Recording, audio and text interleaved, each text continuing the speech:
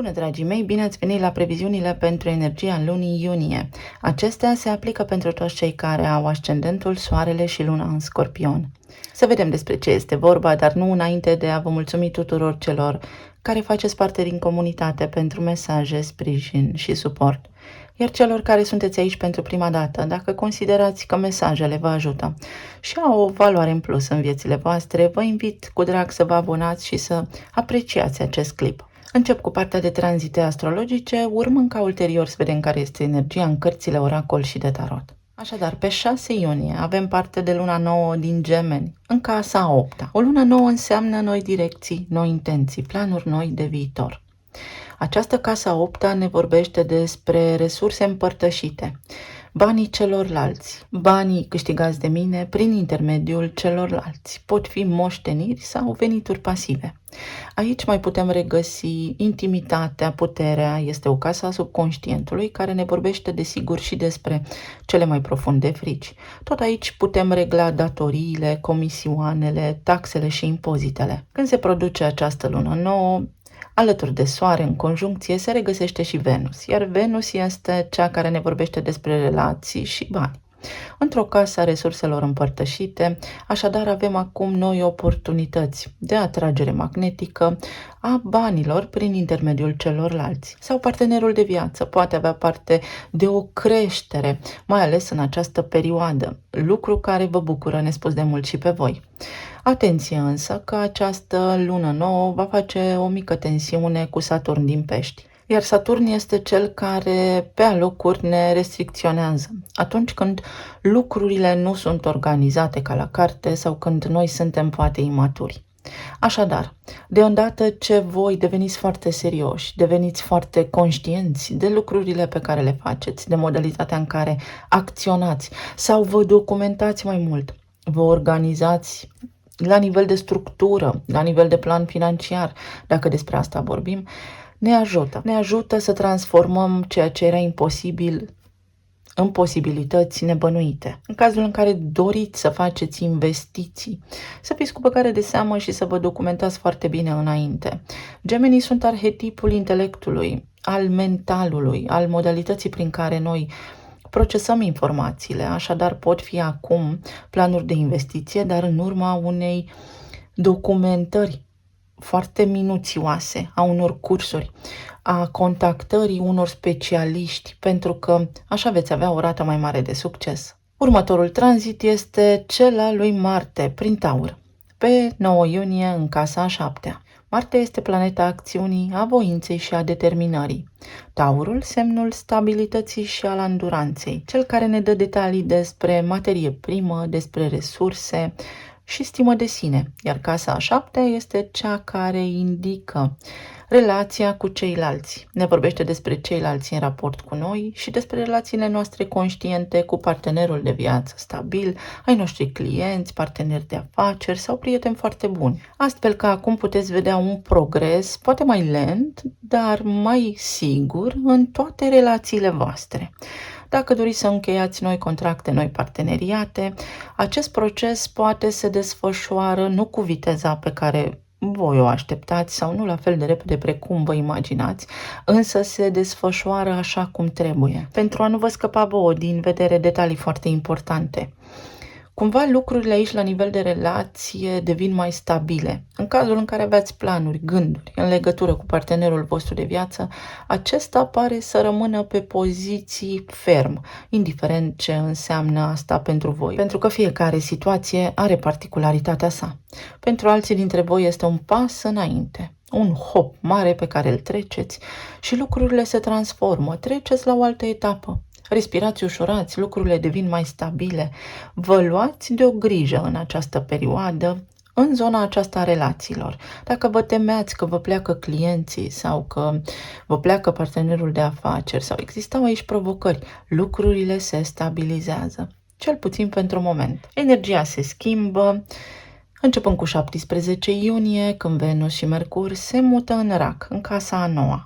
Această casă vorbește despre înțelepciune și spiritualitate, despre studii aprofundate, despre mentalul nostru înalt, despre chestiuni care implică legea sau planul internațional, străinătatea. În acest context, s-ar putea să apară o extindere la nivel internațional, să puteți atrage bani și fonduri din străinătate, dacă aveți planuri de extindere la nivel de afacere sau pur și simplu faceți noi colaborări, încheiați noi parteneriate și colaborări și vă vin resurse financiare de prin alte locuri care nu sunt cele natale. Mai poate însemna că vă puteți face planuri de călătorii, că vă reconectați la suflet, că intrați în armonie cu simțirea voastră și cu trăirea voastră. Cineva din străinătate s-ar putea în această lună să fie atras de voi sau să începeți să comunicați. Sau vă faceți planuri de călătorie alături cu partenerul de viață și vă veți simți tare bine pentru că vă reconectați la esența relației voastre. Cumva credeți în sistemul vostru de valori sau sistemul vostru de valori în această lună se schimbă. Deveniți mai optimiști, mai încrezători. Apoi pe 22 iunie avem evenimentul de lună plină în Capricorn, în casa a treia. Această casă ne vorbește despre comunitate, despre vecini, frații mai mici, familia extinsă, cursuri, activitatea pe care noi o întreținem în fiecare zi, lucrurile de care ne ocupăm în mod recurent. Studii noi, seminarii, o lună plină vine cu o finalitate, cu o decizie fermă, cu posibilitatea de a corecta ce nu a funcționat în ultimele 6 luni. Iar Capricornul este semnul autorității, este cel care ne învață cum să fim maturi, responsabili și organizați. Așadar, aici s-ar putea să luați o decizie. Fie în ceea ce privește comunitatea voastră, să primiți în această perioadă o responsabilitate pentru că sunteți în măsură să vă ocupați de niște chestiuni importante, fie la nivel de comunitate se schimbă ceva și vă eliberați voi de vreun vecin care v-a stresat inutil în ultima perioadă, fie în relația cu ai voștri frați, mai ales dacă sunt mai mici, sau cu familia extinsă, vă eliberați de sub autoritatea acestora. Iar alții dintre voi s-ar putea să încheiați niște studii, să nu mai mergeți la aceste cursuri, să vă luați o diplomă. Este o energie fantastică care vine în urma sa cu o reușită pentru voi. Și nu în ultimul rând, pe 29 iunie, avem parte de retrogradarea planetei Saturn în casa a 5-a, în semnul Peștilor. Semnul Peștilor este ultimul arhetip din zodiac, cel care ne vorbește despre faptul că lucrurile pot deveni din imposibile în posibile atunci când noi ne detașăm și înțelegem substratul profund al vieții. Ne vorbește și despre o ușoară izolare, dar ne vorbește și despre visare, despre potențial. Saturn este lordul karmei, este cel care ne ajută să ne maturizăm, care pune restricții acolo unde noi poate călcăm strâmb sau suntem imaturi. Așadar, în această perioadă de retrogradare, până pe 15 noiembrie, avem posibilitatea să reevaluăm chestiuni care țin de casa a 5-a, fie relația cu copiii, fie să ne vindecăm noi pe interior mai mult, din ce în ce mai mult copilul interior, fie să ne ocupăm de lucruri care sunt creative, să facem lucruri care ne fac plăcere. Este casa bucuriei vieții, dar este și casa romanței. Ceva la nivel de relații de iubire se ridică acum dacă a fost restricționat. Aveți ocazia să vă îndrăgostiți din nou, pentru că acum sunteți mai maturi sau așteptările voastre sunt poate mai realiste și nu atrag după sine chestiuni foarte spirituale. Este ca și când în această perioadă aveți undă verde de la datorii karmice, pentru că poate v-ați învățat niște lecții sau pentru că sunteți pur și simplu maturi și disciplinați acum. Nu mai aveți așteptări inutile. Exact asta spune energia momentului. Să vedem ce ne spune și energia cărților oracol. Tribul. Îți găsești tribul și uite, casa a 8-a care este în discuție pentru voi în această lună, prin luna nouă din Gemeni. Inițiezi ceva nou, încep ceva nou sau dacă ai planuri de viitor care țin de resurse împărtășite, de vindecarea ta sau de înțelegerea ta ca om la nivel de subconștient, în această lună poți face demersuri serioase în această privință. Poate o terapie unde să vorbești cu cineva specializat despre ceea ce te doare, ce te frământă, te va ajuta foarte mult pentru viitor și în viitor. Banii partenerului sau pur și simplu cunosc niște oameni alături de care acum pot avea acces la niște resurse, la bani, la venituri pasive. Ca la carte și casa 11, exact cum am spus.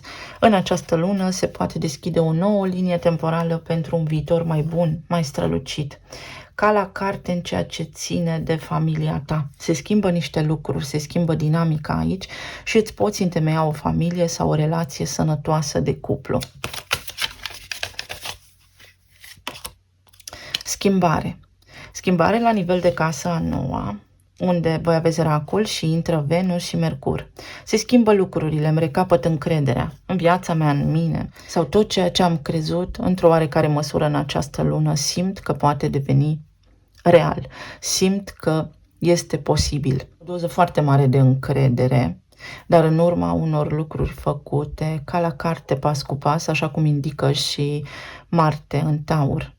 O siguranță și un fel de garanție. Poate fi o schimbare de locuință, poate fi o călătorie, o excursie pe care o faceți sau inclusiv o relocare din țara natală în străinătate sau viceversa. Să vedem ce ne spun și cărțile de tarot. 6 de spade, 8 de monede, 2 de spade, înaltul preot, Asul de spade și 6 de cupe. Pentru voi această lună aduce o reglare de conturi, o confirmare, o epifanie sau foarte multă claritate. Cum să faceți să descurcați o situație care ține pentru unii dintre voi de relația de iubire. Este ca și când în această lună vă găsiți perechea sau liniștea alături de un om care este parte din familia voastră de suflete, din tribul vostru. Este o reconectare cu cineva din vieți anterioare sau din copilăria voastră, din adolescența voastră și lucrurile încep să se schimbe pentru voi și vedeți că viața poate fi și roz, nu doar gri. Pentru cei care sunteți în relații deja formate, aici este o teamă, este o risipă de energie inutilă și în această lună aveți posibilitatea să stați de vorbă și să trasați cumva niște granițe sănătoase sau bunul mers al lucrurilor, un manual de funcționare internă, de procedură internă a voastră și a familiei voastre, cu care toată lumea este de acord. Relația cu copiii se poate îmbunătăți, aici este o reușită. Fie se mută de acasă și vă surprind, dar într-o oarecare măsură știți că este un lucru benefic pentru ei, fie se pot muta cu voi și lucrurile încep să funcționeze mai bine, vă reconectați la nivel emoțional cu ai voștri copii. Pentru cei care sunteți singuri, o teamă, v-ați orientat foarte mult către zona carierei și a profesiei, către lucru și către rutină, iar în această lună apare o schimbare, o călătorie sau pur și simplu o vizită, o excursie, un drum pe care îl faceți, care vă aduce posibilitatea să vă întâlniți perechea potrivită. Faceți planuri de relocare, faceți planuri de reunire cu familia, sunt vizite care vă bucură în această lună. La nivel emoțional, lucrurile tind să se așeze. Este nevoie aici să luați o hotărâre. Unii dintre voi vă temeți cumva de viitor sau aveți o teamă pentru stabilitatea aceasta în zona relației. Însă o discuție sinceră și onestă nu face decât să vă confirme faptul că sunteți în siguranță. Să nu vă fie teamă să deschideți subiecte pe care poate le considerați tabu. La nivel financiar vreți o soluție, vreți să investiți în ceva, dar vă este frică. Exact cum am menționat, cu Marte în Taur, lucrurile pot fi acum foarte stabile în zona contractelor, dar pentru acea energie din casa 8-a, pentru venituri pasive, în cazul în care sunteți interesați de acest domeniu, este important să învățați de la cineva specialist în domeniu. Urcați o treaptă. La nivel de conștiință se schimbă ceva în sufletul vostru, mai ales pe perioada când încep tranzitele prin rac în casa nouă. Vă regăsiți voi în voi puterea interioară să mergeți mai departe. Vă puteți reconecta cu cineva din trecutul vostru cu care nu ați mai vorbit de mult timp, indiferent de locul în care se află acest om, această persoană sau alături de cine. Pur și simplu, este o discuție ca de la suflet aici, care vă face foarte bine. La locul de muncă s-ar putea să apară niște schimbări în cazul în care relația cu supervizorul a fost una destul de incertă sau poate ușor conflictuală în ultima perioadă. Puteți acum negocia o mărire de salariu sau puteți discuta despre obiectivele voastre, despre planul vostru evolutiv, pentru că veți fi ascultați. Cumva este ca și când vi s-a făcut o promisiune și acum acea promisiune poate deveni realitate. Puteți accesa niște lucruri foarte bune aici. La nivel de sănătate, atenție la stres, la depresie, la sistemul nervos, la plămâni și la respirație, la stări de amețeală, la gât și la sistemul endocrin, pentru că sunt toate interconectate. Și respirați ușurați în legătură cu un diagnostic. Primiți o veste bună în legătură cu ceva din trecutul vostru. Veți avea o bucurie în această lună, ceva vă bucură. Pot fi mai mulți bani, pot fi achitarea unor datorii, poate fi menținerea pe un nivel de plutire, să nu vă îngrijorați. Avem Înalta Preoteasă. Poate fi vorba despre banii partenerului, să aibă ceva provocări sau să vrea să-și schimbe locul de muncă și voi să vă temeți. Poate este singurul care susține casa, dar nu neapărat. Și în cazul în care se produce această situație, să nu vă temeți, pentru că nu faceți decât să încurcați energia. Poate fi vorba despre niște bani pe care așteptați să îi primiți, taxe, impozite sau niște bani care să vă intre în cont. Și aici trebuie să faceți voi ceva înțelept și banii ajung la voi. Altora dintre voi vi se spune: stai liniștit, ești în siguranță. Secretul tău este în siguranță în cazul în care ai ceva pe suflet sau te-ai destăinuit cuiva. Ești în siguranță. Iar altora dintre voi vi se încredințează un secret bun de păstrat. 2 de monede. Situația devine mai certă pentru că veți avea niște opțiuni. În funcție de deciziile voastre din această lună, apare o schimbare care vă ajută să evoluați și să ajungeți acolo unde vă doriți. Pentru alții dintre voi poate fi oficializarea unei relații. Un om cu care v-ați tot întâlnit sau erați într-o relație așa din când în când, acum devine mai stabilă. Uite, Asul de Spade clarifică Asul de Spade. O reușită, niște acte, un verdict favorabil, un răspuns afirmativ la un serviciu, o reușită în legătură cu autoritățile, o reușită în plan medical, o veste bună susținută. Aici avem un rege de monede, un partener stabil, discuția cu cineva care are potențial și stofă să vă devină partener stabil, o discuție serioasă cu partenerul de viață care vă liniștește. Se întorc niște vremuri mai bune pentru voi. Discuția cu un manager care este dispus să vă asculte acum și să se uite la istoria voastră, la locul de muncă acolo și să spună: da, meriți, uite, asta se poate face acum.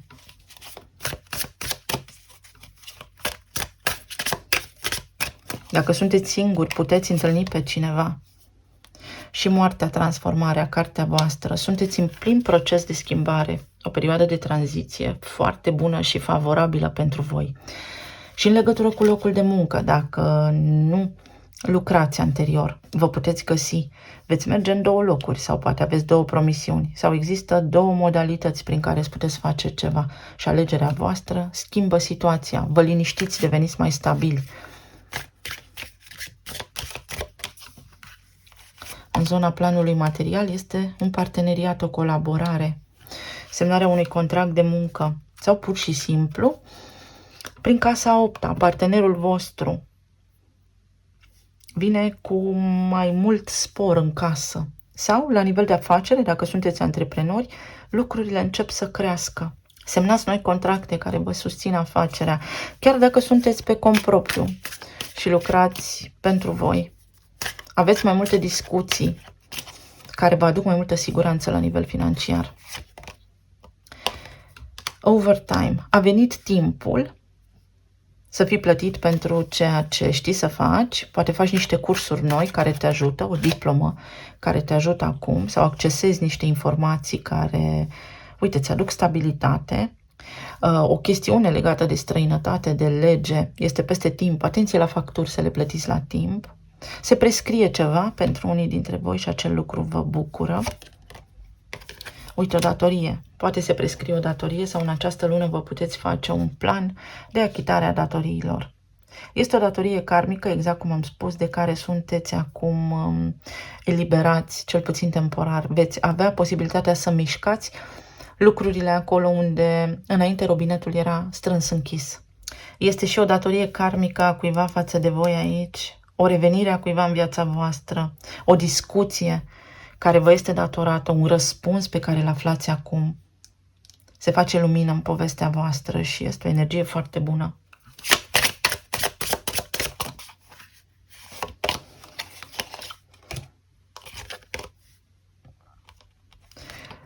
Să iei altă cale. Vezi, ai două opțiuni. Dacă ceva nu ți iese în această lună, nu te gândi că este finalul, ci gândește-te cum poți să rezolvi. Mai am o soluție.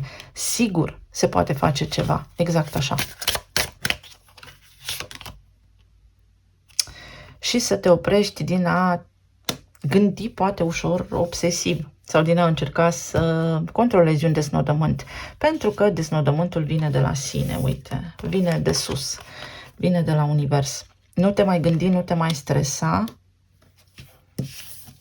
Vezi, 2 de spade, 2 săbii.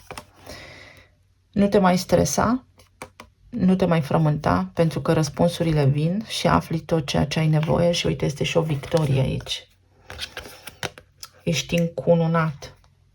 Magna cum laude. Este o lună foarte bună, cu reușită. Talismanele.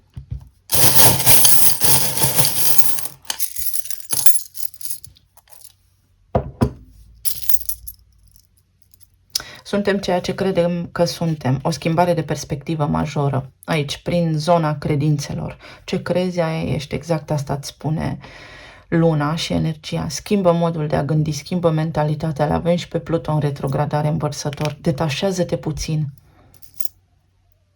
O călătorie pe care o poți face, liber să zbori, liber să decolezi, liber să te miști către lucrurile pe care ți le dorești, liber la iubire. Dar uite, aici sunt niște așteptări sau un suflet gol care se umple.